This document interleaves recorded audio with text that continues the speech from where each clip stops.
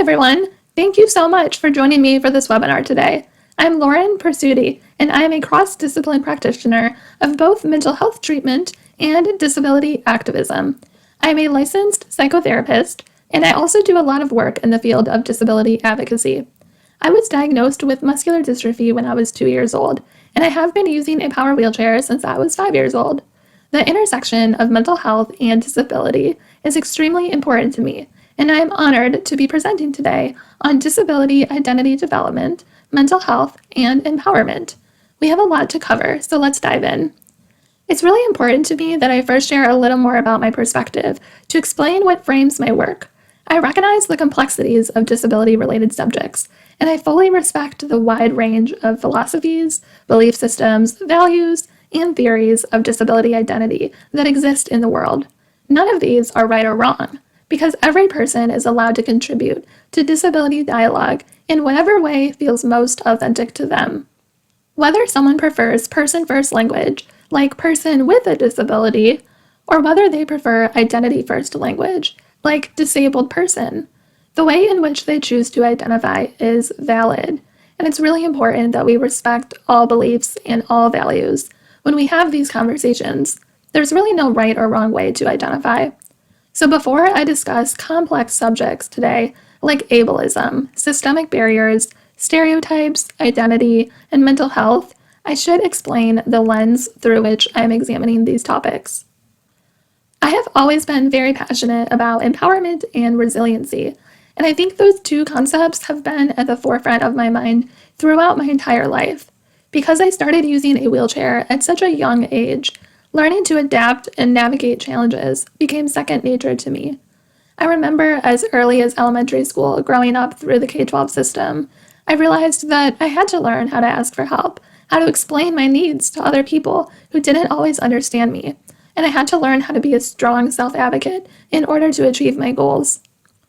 I learned at a really young age that you have to be able to speak up for yourself. I can barely move my muscles, but I have never been afraid to throw myself into mainstream life, and I think that approach allowed for a great deal of social inclusion and normalcy. But in terms of my identity growing up, I didn't really think about disability identity. I didn't really know what that was or what it meant as a marginalized status. I didn't think of myself as ever being that different from other people not using wheelchairs. I just thought of myself as a regular person living a regular life. I wasn't very involved in the disability community, and I didn't fully understand the systemic and social infrastructures that limit those with disabilities. In many ways, I was protected in a small town bubble where no one really talked to me about disability. And maybe that was a positive, because nobody had low expectations for me, nobody gave me a reason to feel shame, and nobody treated me differently.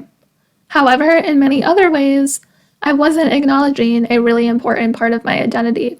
I wasn't honoring this part of me. I was confused about disability, and it wasn't until college that I began to recognize and understand this really important part of myself. I started to understand how society limits people with disabilities much more than the actual disabilities themselves.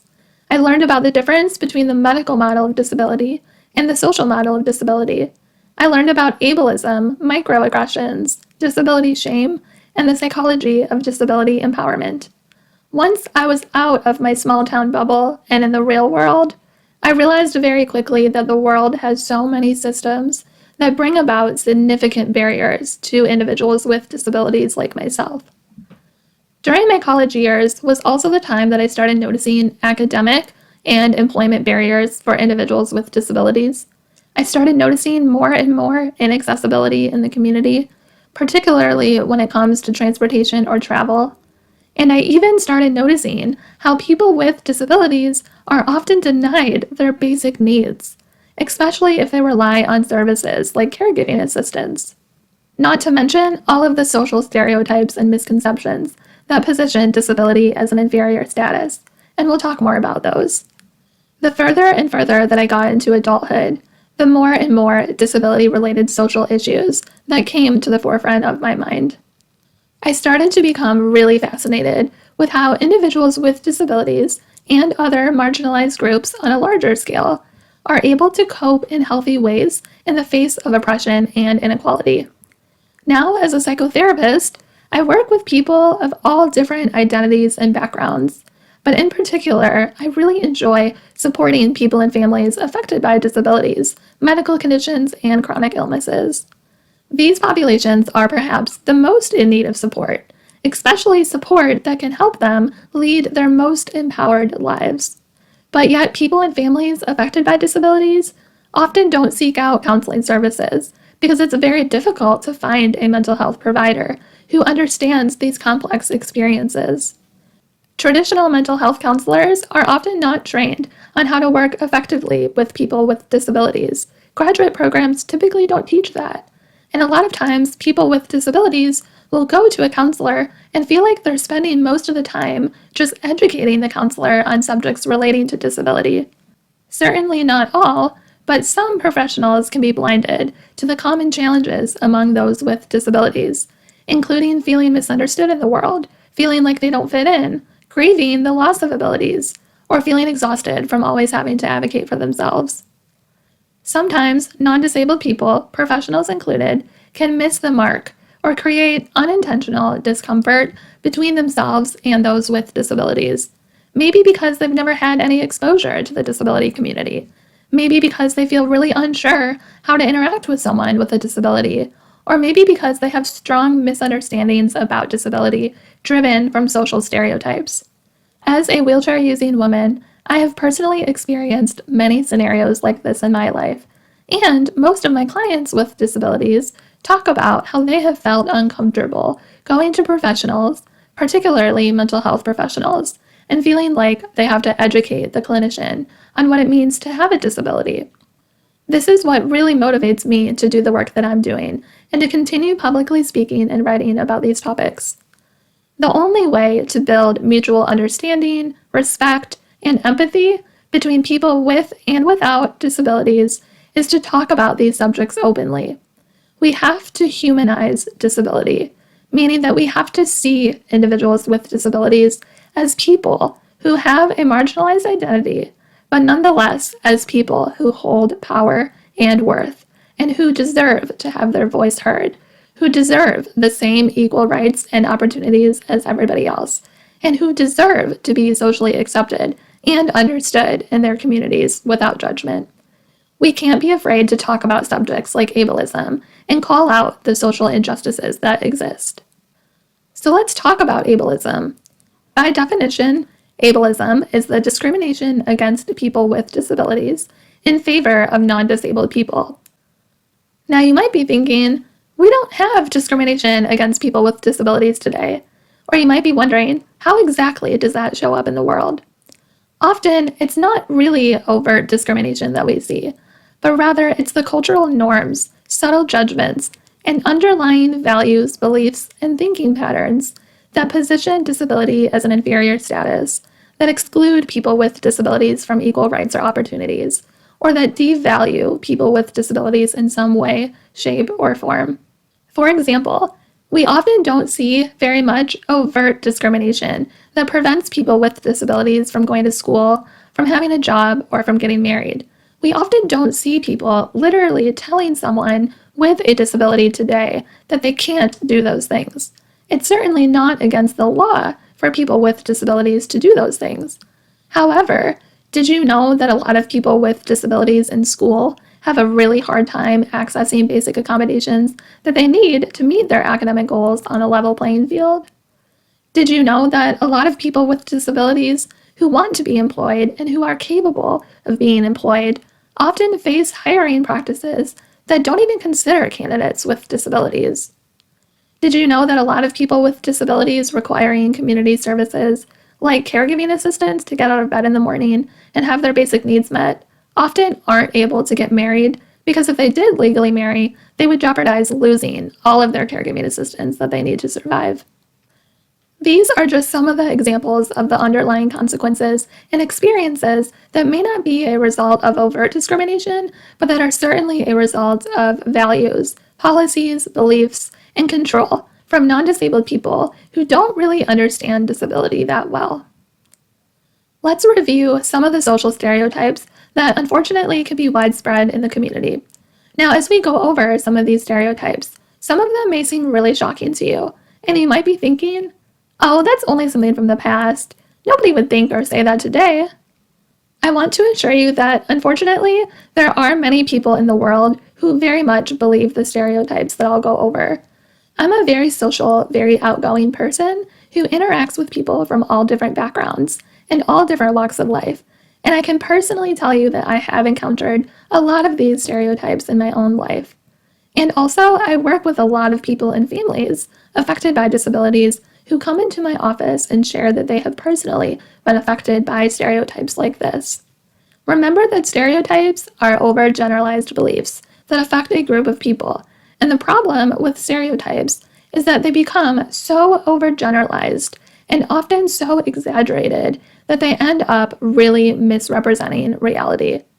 The following stereotypes that I'll go over are not true things that reflect reality, but they have been accepted as true by many non-disabled people through the past several decades. We have certainly come a long way in breaking down some stereotypes as we have made our communities more accessible and as we continue learning more how to accept and how to include people with disabilities, especially since the passing of the Americans with Disabilities Act of 1990. However, a lot of these stereotypes still exist today in subtle ways, and these can have a very negative impact on the mental health of those with disabilities. I'm going to read each stereotype one by one, and I really want you to think about if you have ever heard that stereotype before, how you feel about it, and how you think each of these stereotypes might be damaging for the community of people and families affected by disabilities. These are some of the most common stereotypes that I have heard, but it's certainly not an exhaustive list. Again, these are not true statements. People with disabilities are inferior or less than non-disabled people. People with disabilities are less than whole, complete people. Absolutely not true. People with disabilities are heroes, brave, special, or inspirational simply for existing and striving to live a normal life with a disability. People with disabilities are constantly sad, angry, or bitter because of their disabilities. Definitely not true. The quality of life for people with disabilities is so low that they would be better off dead than living their life with a disability. People with disabilities are a burden to society. Accommodating people with disabilities is very inconvenient and not justified. People with disabilities are a drag on resources. Again, all of these statements are absolutely not true. People with disabilities want other people to pray for them. Definitely not true for everybody.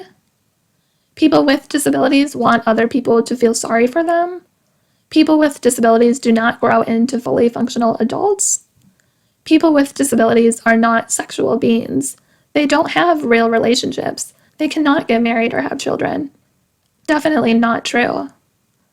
If people with disabilities are in romantic relationships, they should only date other people with disabilities. If a person with a disability is dating a non-disabled person, the non-disabled person is a saint for putting up with the disabled person. Again, all of these statements are not true, and they can be really offensive. People with disabilities are not capable of doing things on their own, so we should help them all the time. People with physical disabilities also have cognitive or intellectual disabilities, so we should assume that. Again, absolutely not true. It's okay to make fun of people with disabilities if they don't hear us. No, that's not true. It's not okay. You're contributing to ableism and discrimination. You're contributing to society believing that people with disabilities are less than normal. That is not okay. People with disabilities are completely dependent on other people, such as their families or caregivers in a group home. Not true at all. Most people with disabilities are all the same. People with disabilities all identify the same way. Not true at all. People with disabilities would rather we use disability euphemisms and avoid acknowledging their disabilities. People with invisible disabilities do not have legitimate disabilities, and they don't need accommodations. Absolutely not true. People with disabilities are all chronically ill in some way. People with disabilities are consumed with managing their health all the time. People with disabilities are always very sweet-natured, cute, and innocent. People with disabilities are easily offended by non-disabled people, so they probably don't want to interact with non-disabled people. Being uncomfortable around people with disabilities means that we should shy away from them. Not true. All of these statements, again, are very not true, and these can be really hurtful and really offensive. People with disabilities should be segregated from the rest of society because it will be easier for them that way. People with disabilities don't want to be asked questions about their disability. Again, not true for everyone. People with disabilities would rather we speak to their parents or caregivers because people with disabilities won't be able to understand us. People with disabilities need to have other people make decisions for them. Not true at all. People with disabilities would rather not be invited to gatherings where they may not be able to fully participate. That's not true.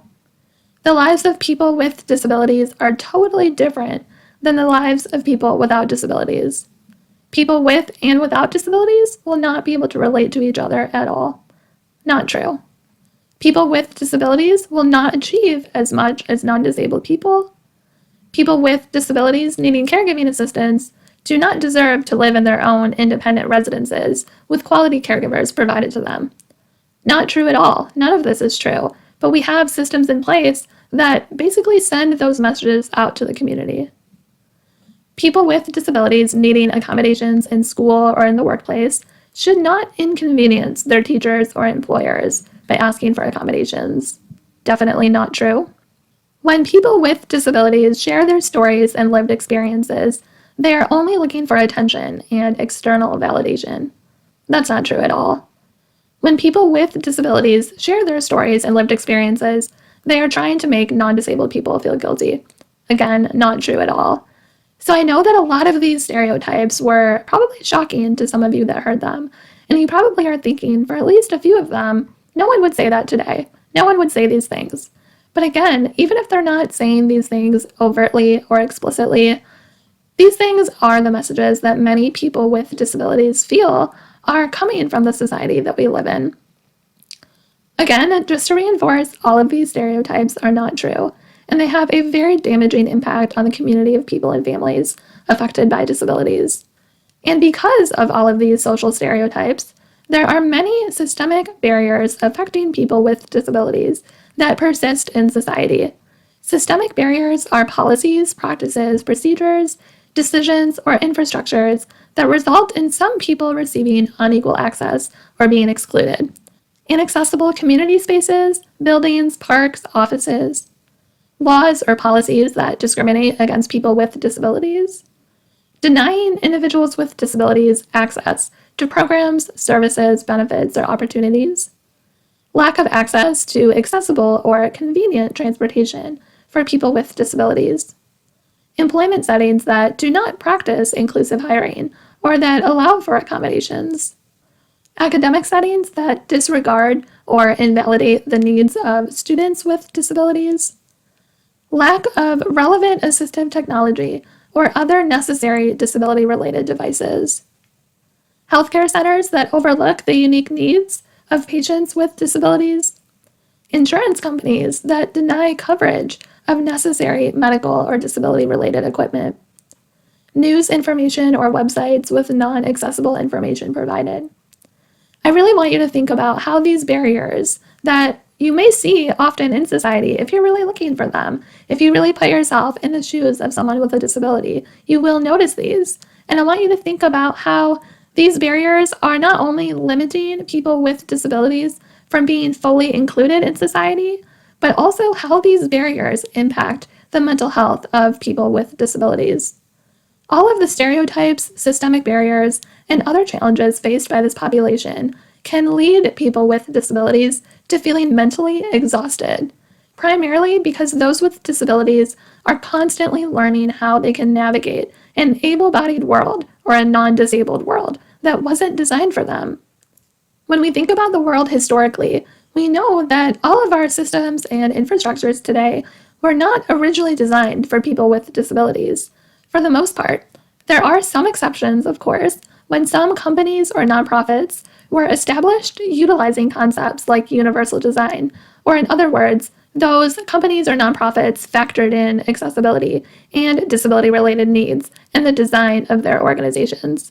But those are typically the exceptions. When we look at the world as a whole, we can recognize that most of the processes, the infrastructures, the systems, and the social dynamics of the world have been established without much regard to disability.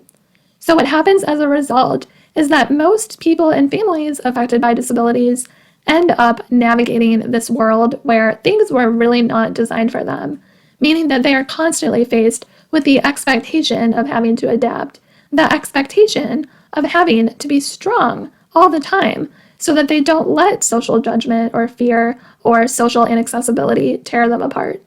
The expectation that they have to speak up and fight for their rights and equal opportunities, the expectation that the world is going to be difficult for them, and the expectation that talking about their disability openly with other people might make some non-disabled people feel uncomfortable.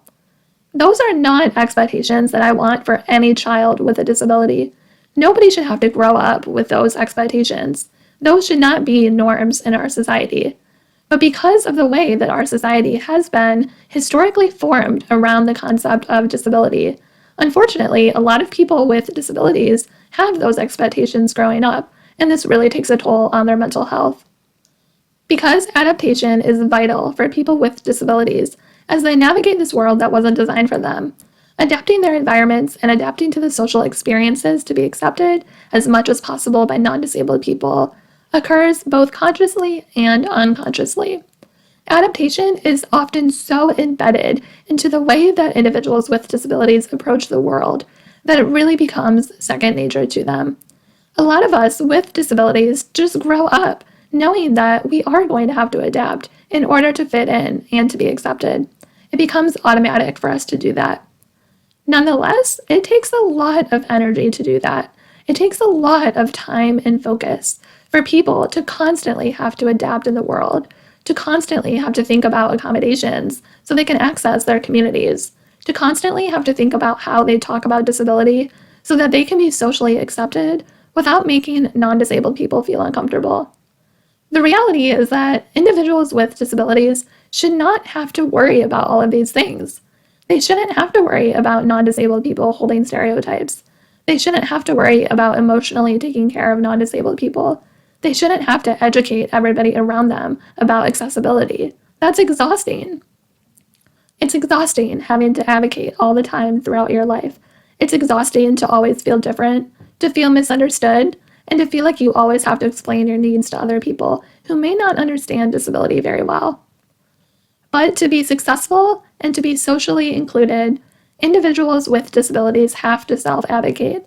They have to speak up. They have to use resources. They have to think creatively. They have to rely on systems and services, and they really have to fight for making their way through the world.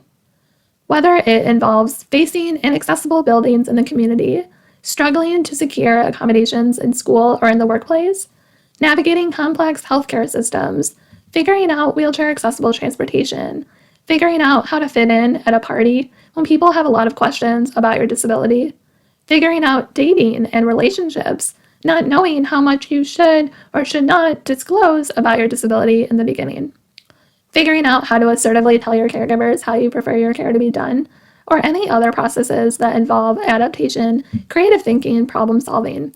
All of these things can be really mentally exhausting for people with disabilities.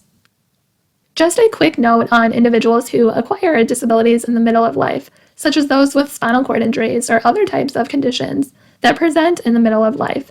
It's even more important for these individuals to address their mental health needs because they are simultaneously coping with the trauma of acquiring a disability, figuring out who they are now as someone with a disability, reestablishing their identity, going through an entire transformation process, having their whole world turned upside down, while also facing the social and systemic barriers that I went over. It's really critical that we as a community recognize the trauma and the unique difficulties of acquiring a disability in the middle of life, and we have to create space where these individuals can speak up about their lived experiences without fear of shame or judgment. And for individuals who have invisible disabilities, It's equally important that they attend to their mental health needs as well, because this population is subject to non-disabled people sometimes invalidating their lived experiences. This was one of the stereotypes that I went over, and I just want to emphasize again here that for this population of those with invisible disabilities, it's really critical that we start to have conversations where these individuals can talk about their lived experiences with invisible disabilities, where they can talk about their reality without fear of being made to feel like their disabilities are not legitimate. Invisible disabilities are just as valid as visible disabilities, and we really have to respect and acknowledge that. Let's look at some of the common mental health challenges faced by individuals with disabilities that most often directly result from disability-related challenges, ableism in society, and the overall consequences of being part of a marginalized community. Some common mental health challenges can be anxiety, anger, depression, or trauma, high levels of chronic stress or frustration, self-blame or unresolved guilt, difficulty accepting limitations or receiving help, negative body image or shame, negative perception of self or identity confusion, feelings of inadequacy or inferiority, feelings of decreased purpose, decreased confidence or self-esteem, feelings of helplessness or hopelessness, lack of motivation or energy, apathy and not caring about life, or even suicidal thinking or lack of desire to live. Probably more than anything, what I notice in my work as a mental health therapist working with people with disabilities is that a lot of people with disabilities have struggled with internalized ableism. Internalized ableism is when we project negative feelings onto ourselves. This happens when we start to believe that what society says about disability being an inferior status is true. We start to believe some of those stereotypes. Internalized ableism occurs when we have been so heavily influenced by the stereotypes, misconceptions, and discrimination against people with disabilities that we start to believe that our disabilities do make us inferior. It happens because the power of society is so overwhelming sometimes that it really diminishes the way that we can feel about ourselves. Internalized ableism, more simply put, is about shame. It's when people with disabilities unfortunately develop a sense of shame for who they are because of their disabilities. It's a really sad experience because what I want for society is for all of us to uplift the voices of people with disabilities so that we can pay attention to their lived experiences, so that we can allow them to speak openly about how they feel, and so they can internally accept themselves, so they can internally accept disability as part of their lives and also feel like they are accepted by the world at large. The reality is that disability is not shameful. It's not something that anybody should feel ashamed about. Nobody asked to have a disability. Nobody wanted to have a disability. If disability is something that nobody has a choice about, why should it be something that people should feel shame about? It's not shameful, and it's really sad that a lot of people in our society have adopted processes, approaches, or belief systems that devalue people with disabilities, whether intentionally or unintentionally. We really have to work as a community to raise our awareness about disability so that we can step back and talk about these subjects, and so that we can reflect on our beliefs or our actions that may be contributing to ableism. Another common theme that I see among my clients with disabilities who have internalized shame or who struggle to feel empowered is that a real barrier for them is an inability or a lack of experience with speaking up for the things that they need. For example, because of internalized ableism, it can be really difficult for people with disabilities to ask for accommodations in school or in the workplace. People have a lot of fears about being a burden to others, and this extends far beyond accessing basic accommodations in school or in the workplace. It also affects friendships, family relationships, and romantic relationships. People with disabilities of all types have the same needs and wants as anybody else, but often these populations have internalized being less than a whole, complete person, and that has an extraordinary impact on their confidence and their belief in their self-worth. Probably one of the most heartbreaking things that I notice in my work with clients affected by disabilities is that they sometimes feel as though they don't deserve the same things as those without disabilities. Again, this is internalized ableism. And this leads me to speak out even more, It really motivates me to continue working as hard as I possibly can to build mutual understanding between those with and without disabilities, but in a way that does not place any blame or elicit guilt from any parties involved. My mission is not to make any individual in these conversations feel a sense of guilt or privilege for the ways in which their human bodies differ. That only drives people further apart. For example, in all of the years of my life when I have built strong friendships and relationships of all types, I have never opened up about my disability experiences with the intention to make someone without a disability feel sorry for me. That is not my intention. Individuals with disabilities do not want pity. They do not want to be patronized. They do not want to be driven further apart from the rest of the population. Quite the opposite, actually. Most people with disabilities want to be included as equal citizens of the world where meaningful connections can be made. Often, the challenge is how can we create those meaningful connections? How can we create meaningful connections between those with and without disabilities in a way that benefits everyone?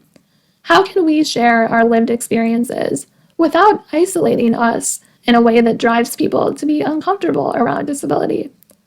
I don't have all the answers for eliminating inequalities, but I do feel like it's my mission to help individuals with disabilities do the internal work that is necessary for them to feel empowered as equal citizens of the world. I want to share with you some ideas for how our community can work toward helping people with disabilities lead their most empowered lives. I want to share with you what is not helpful and also some of the things that I have found to be really helpful. Let's first start with what doesn't help. What doesn't help is toxic positivity, putting a positive spin on everything, totally dismissing the complex emotional pain associated with disability. Now, I see this happen all the time for both kids and adults with disabilities, and it especially happens because people are usually really afraid to talk about disability. That comes from both people with disabilities themselves and also non-disabled family and friends. It's something that is hard to talk about because people don't really want to acknowledge their limitations. But the problem with putting a positive spin on everything all the time is that it can turn toxic. When we put a positive spin on everything all the time, we're not really allowing the person to show any expression of sadness or grief. We're almost telling that person that we have to sweep all of the disability stuff under the rug. We're not allowed to talk about it. We don't want to talk about it. And that erases their experiences with disability. It really invalidates them. It makes them feel like they're not allowed to talk about it, that they're not allowed to feel sad. It becomes an expectation for them to be happy with disability all the time. And that's not realistic. We can't put a positive spin on everything all the time. People with disabilities should be able to express the whole range of emotions because they're people just like everybody else. We all have good days and we all have bad days. And if we put a positive spin on having a disability all the time, we're really invalidating the reality of disability. A much healthier approach is simply allowing them to express whatever they feel, however they may experience disability. Every internal experience is valid, and we should be teaching people with disabilities that it's okay to acknowledge however they feel. We don't have to put a positive spin on everything. What doesn't help is avoiding disability subjects just because non-disabled people might be uncomfortable with those subjects. That doesn't help anyone. That doesn't help build mutual understanding about disability. And that's sending the message to people with disabilities that, again, they're not really allowed to talk about disability. That's not a message that we should be sending because that can lead to a lot of internal shame. We want people with disabilities to be able to talk about their lived experiences with disabilities as much or as little as they want without worrying about having to emotionally take care of non-disabled people. What doesn't help is minimizing or erasing disability identity. And what I mean by that is if someone says to me, Lauren, I don't even see your disability. I see someone who is successful, smart, awesome. I don't even see your wheelchair. Now, I know that's meant as a compliment and it's coming from a really good place in their heart. But I also have to think about, so you're saying that I can't be those things and have a disability? I can't be successful, awesome, and smart and have a disability or use a wheelchair? That's perpetrating the idea that having a disability makes me less than those things. That's perpetrating this concept that people with disabilities can't be awesome, smart, or successful. I want you to see all of me. I want you to see every part of my identity. I want you to see everything that I bring to the table. Disability is a part of me, and I don't want you to erase that part of me. That's very invalidating.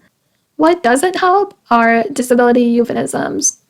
We don't need to protect people from the words disability or disabled. Those words, disability or disabled, only have negative connotations because our society has socially constructed those words to have negative connotations. We don't need to protect people from the dangers of those words. What we do need to have happen is to normalize those words. We do need to use those words and talk about those words as if they're a normal part of diversity and not a dangerous thing that we shouldn't speak about. I use those words.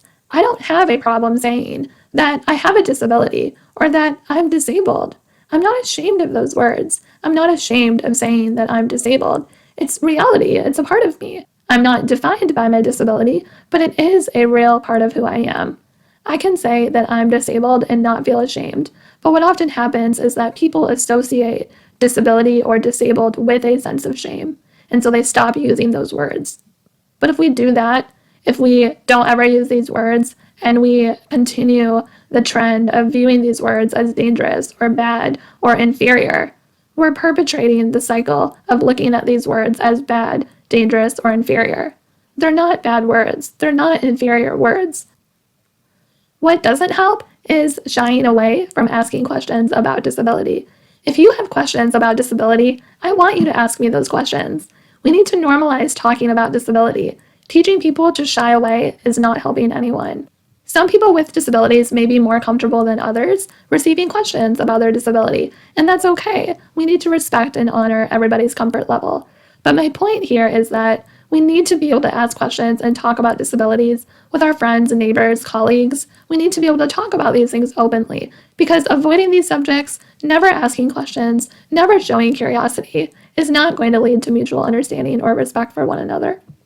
What doesn't help is glamorizing people with disabilities or calling them heroes or inspirational all the time.